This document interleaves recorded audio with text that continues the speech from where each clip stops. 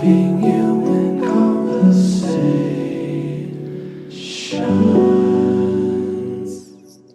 Hello, everybody. Welcome back to another episode of Human Conversations. This is Melanie, and I'm here with my co-host. Chelsea. And today we have I think it's a fun topic. We're going to talk about pets. It is a fun topic. Yeah. I'm like already smiling. Yeah. I have pets personally, and I've had them for actually all of my life. I feel like there's always been a pet in my life. And when there wasn't a pet in my life, which I'll go into a little more later, I missed that so much and went and got a pet to make up for that. So today we're just kind of going to talk about just the different roles maybe pets have in your life and in your family, and how they become a part of the family, and how they sometimes can divide families, and just like the different aspects of possibly like mental health benefits you can get also from having a pet in your life. Not so we're not talking today so research based, more just in our experience and from our personal feelings about pets. Yeah. So I think it's cool because you kind of have your own, little kitty perspective, and I have the doggo perspective. I was just thinking like, oh my gosh, this will be interesting. Yes. I mean, we have different personalities, so. Yeah. Yeah. Oh yeah, for those of you that don't really know me and Melanie that well, we are very different, and it's a beautiful friendship because we're very different in our personalities, but yet we have some of our core stuff I'd say are pretty similar in terms of our work ethic and our passions and things like, those are important things, right, in life. So it's a really beautiful friendship because I love that about the friendship. I love that about friendships in general, how you can be connected to someone that's not, the same as you. So that actually shows a lot on our pet interests. Yes. We have, I think we have different, the way we see the world is we have different perspectives about it, but like the main thing is always we usually agree on the same concept. Just how we get to that concept is usually very different. Yes, and it's so cool because you're right, we do kind of still get to that same concept. So it just goes to show that there's several hundred million trillion infinity ways to go about doing anything. So Yes. Tell us, I want to hear more about when you mentioned you kind of always wanted to have a pet, even when you didn't have a pet, you said you went and got one. Yeah. So I'm growing up, we always had a dog. Okay. When I was little, I remember that we always had a dog. It was always outdoor. We never had indoor dogs. That was like a rule. We never let the pets inside the house. Oh. But we always had a dog, and we had a dog more for safety purposes. Like the dog was there to help alert us if people were coming around and potentially to protect us. That may have to do more with me and my socioeconomic status, and why, the reason, the way that my family saw pets, like what their purpose was essentially. Although we had like good relationship with the pet, like I was not very close with with our dog. Maybe that's why I didn't know I was a cat person then, but that's probably why. So we always had dogs, and even when they would get a little older and would pass on, we would get another dog. Like it was just always, we always had one around. And then when I got into my teen years, I got a cat for the first time, and I loved my kitty. His name was Harry Potter, and he was gray and white and really, really cool. He had such an interesting personality. He would talk to me all the time. So he was indoor, outdoor, and whenever he would come in, he would just be meowing at me, like telling me about his adventures. Yeah. You were allowed to, at this point, have the cat go inside? Yeah. Well, I made that happen. I love that. Strong insistence, I'll just put it that way.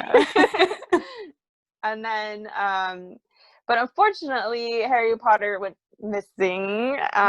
We had coyotes in our neighborhood, and I'm pretty sure that's how he passed. But I have no way of proving that. Maybe I like to think somebody took him, and I don't know, just didn't return him and gave him a nice home. Yeah. But he did after a few years. He didn't come back. So then I got another cat, and I named him Ronald Weasley. And was he orange? he was like a tabby. Yeah, he was an orange. He was tabby. He was like a tabby.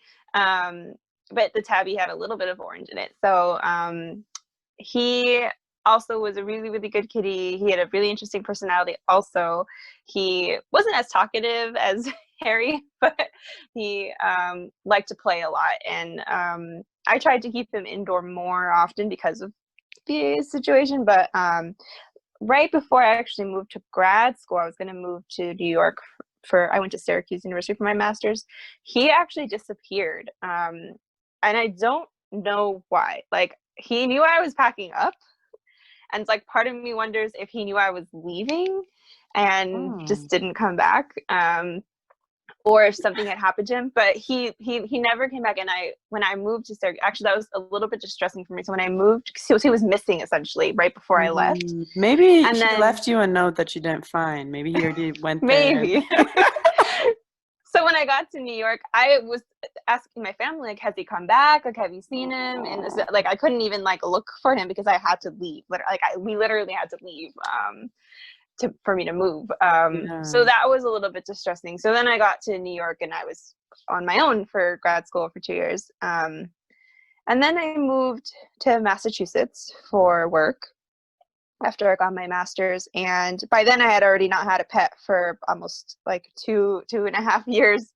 And I started working a very intensive job doing in-home therapy with high risk clients. There's a lot of chaos in their family systems, a lot of issues with different systems, like they were involved with court, there were social workers involved, schools, like residential homes, and I had really poor supervision, unfortunately, at that time. And things were just getting, after a few months, like they were just getting too much for me to handle, and I was getting burnt out. And I was like, I know what I need. I was like, I need a pet. So I was living in Salem, Massachusetts at the time. And so I went to adopt. I went to an adoption center, and I knew I wanted a black cat. I already like knew that. That was what I had originally thought. And I was like, it'll be great if I can get a little boy, because I really wanted another boy cat. I don't know why. So I went, and they only had one little boy black cat, and it was my kitty, Thackeray Binks. Oh, the famous Binks. Yeah, he was so cute. And luckily, at that time, his sister was getting adopted, and she's like, literally the woman was holding his sister, and she was like, saw that I was looking at him. She's like, oh, thank goodness, like I felt so bad, like I want to take this one, but I didn't want to leave the little brother all alone. And I was like, no, he's mine. So I adopted him, and he came home with me, and and we've been best buds ever since. Oh, how old is he? He is now going to be 6. Yeah. Oh wow, he's still kind of. Isn't that kind of young for a cat? It's like middle age. Okay. Going on middle age. Yeah, I've known some cats that have lived a long time. Wow. And then you have your other kitty, right? Yes. And then I do have another kitty that's his stepsister, and her name is Scarlet. She was actually my sister's. She is my sister's cat, and but they for reasons like my sister couldn't have her, so I took her in with Binks, and now they're just like inseparable. You can't separate them now because they miss each other. And I get the cutest little play fights. You always send me those little cute videos. Oh my gosh. Yeah. So they're a little family. We're all a little family now, and they're only indoor. I don't let them out anymore. Okay, yeah. I don't blame you. After that, I would say no more outside. Right. Unless you have, I know some people do the leash thing, but I do have the leash thing, but I don't. Okay. They don't like it too much, so yeah. I have tried, but yeah, they like to be indoor. They're a little spoiled. Oh, That's cute. Um, They're really cute yeah. cats. I remember when I first met them, when you were living in your apartment, I walked in and they both were so fascinated. Like they both Mhm. like came right to me. It was so cute. I was like, oh wow. Yeah. So Um, I would say for me, Thackeray was definitely an emotional support animal in like the truest sense. At that time, I mhm, really needed emotional support, and like he was there to offer that for me mhm. throughout my time in the East Coast. And he came back with me, and he actually traveled with me around. I took him to Canada one time to visit a friend, Aw. and he drove back across the country with me to California when I moved back for my doctorate. So Aw. he's he's living the retired life now after all his travels. Wow. Really well traveled there. Yeah. That's amazing. Yeah. So I guess it's unfair of me to say that I'm a doggo person because originally I actually grew up with one of my old friend's cats. And I don't even know if she listens to this, but Amanda, if you're out there, I still remember your kitty. I actually would even I would go over there and like half play with the cat and half play with her. So I was so obsessed with the cat. And at that time, I wasn't allergic to cats, which is strange to me how your body can change so much. But I wasn't allowed to have a dog for a very long time. And I am the first child of my parents. So for, I think it was about 8 years, 8 or 9 years, so for 8 years, I was an only child. And then once my sister came, we had, I wasn't an only child anymore. But right before that, I believe, if I'm remembering correctly, I got on Christmas, I was able to be surprised with my first dog.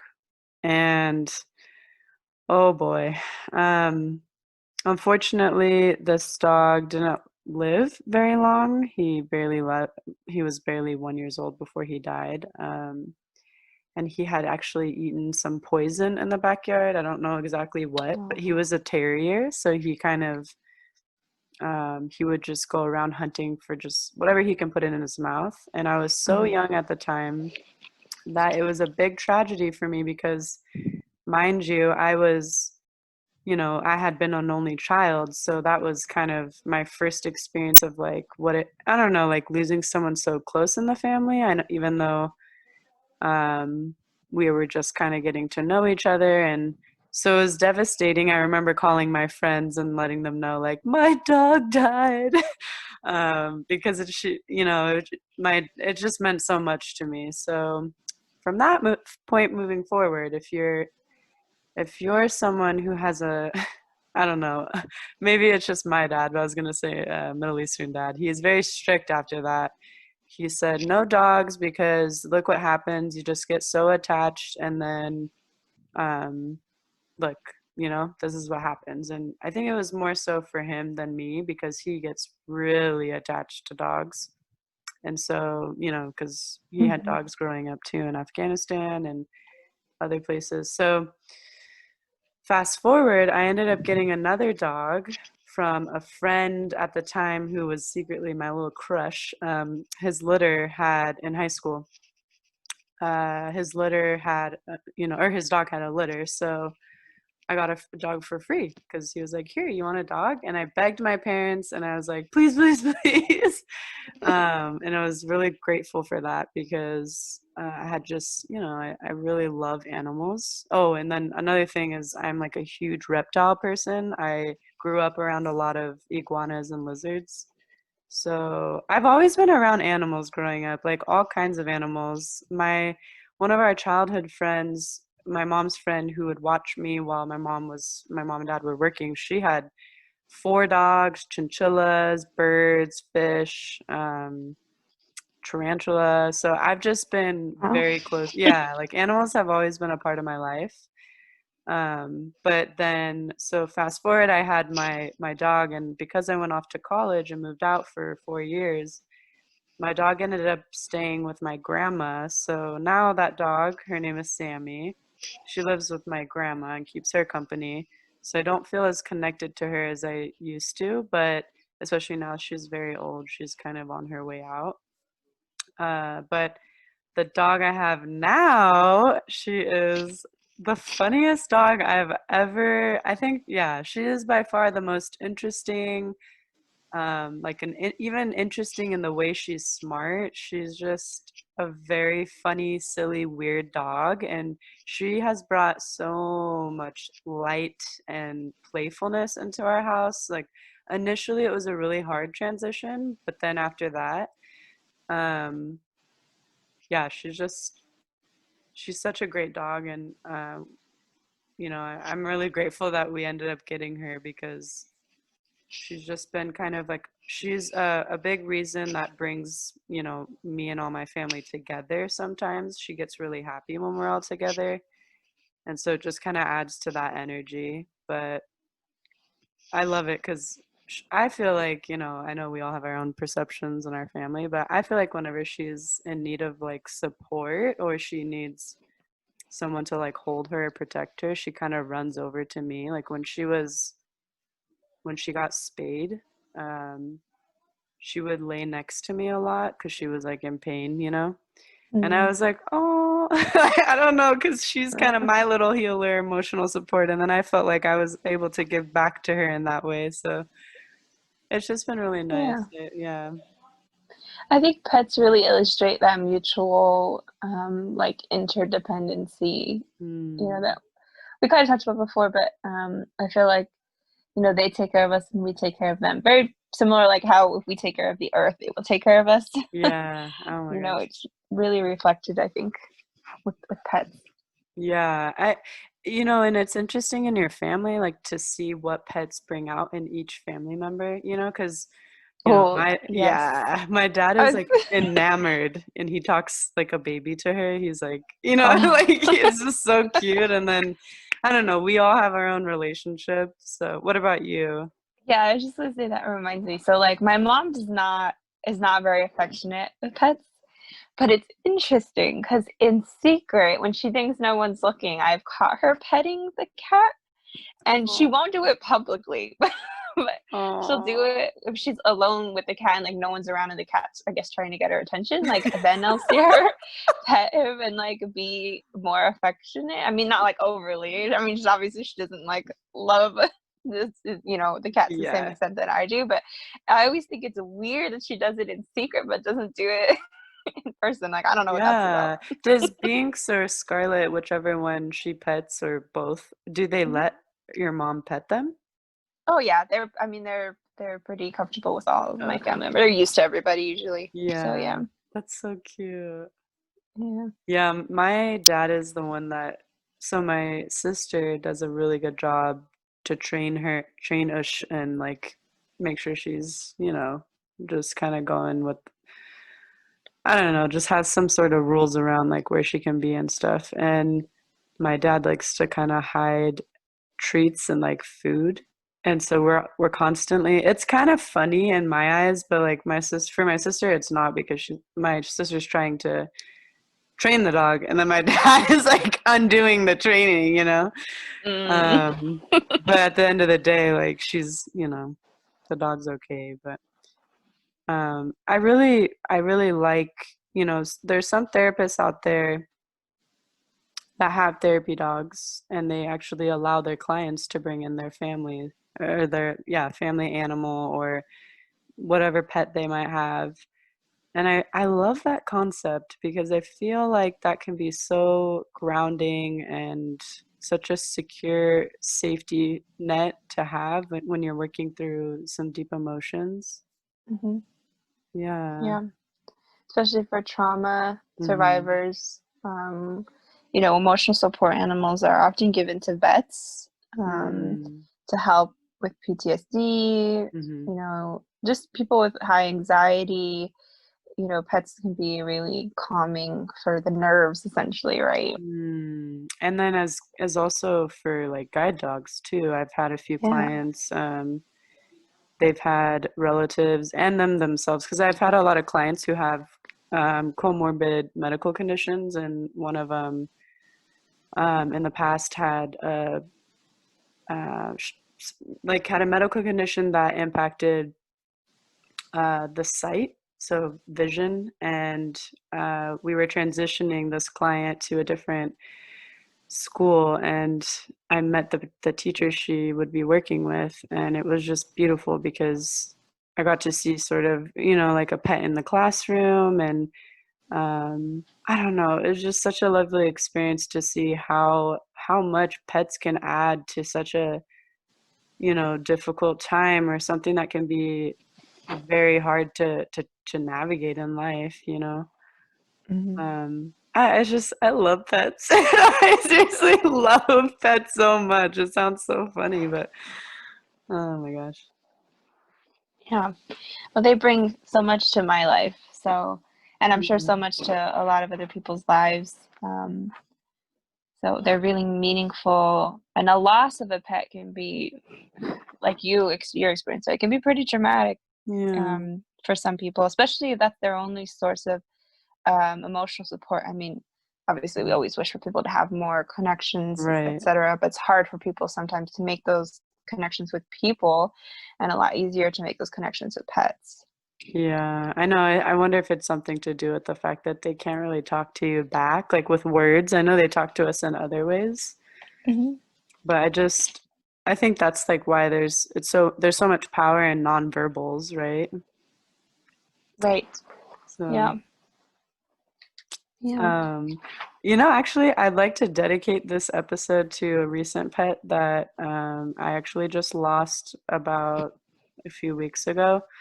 For those of you, just to give like a little bit of, I usually help out some of my friends and watch their dogs, or just kind of babysit or whatever, doggy sit, I guess.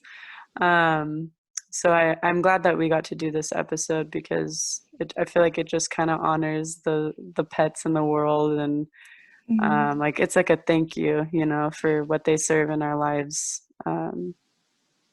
Yeah, Yeah. That was very well put, Chelsea. thank you. All right, well. Yeah. So thank you everybody for listening to this episode and continuing to follow us on Instagram and showing your love and support. We really appreciate it, and look forward to the next episode. Yeah, thank you for listening to Human Conversations. Ciao for now. Show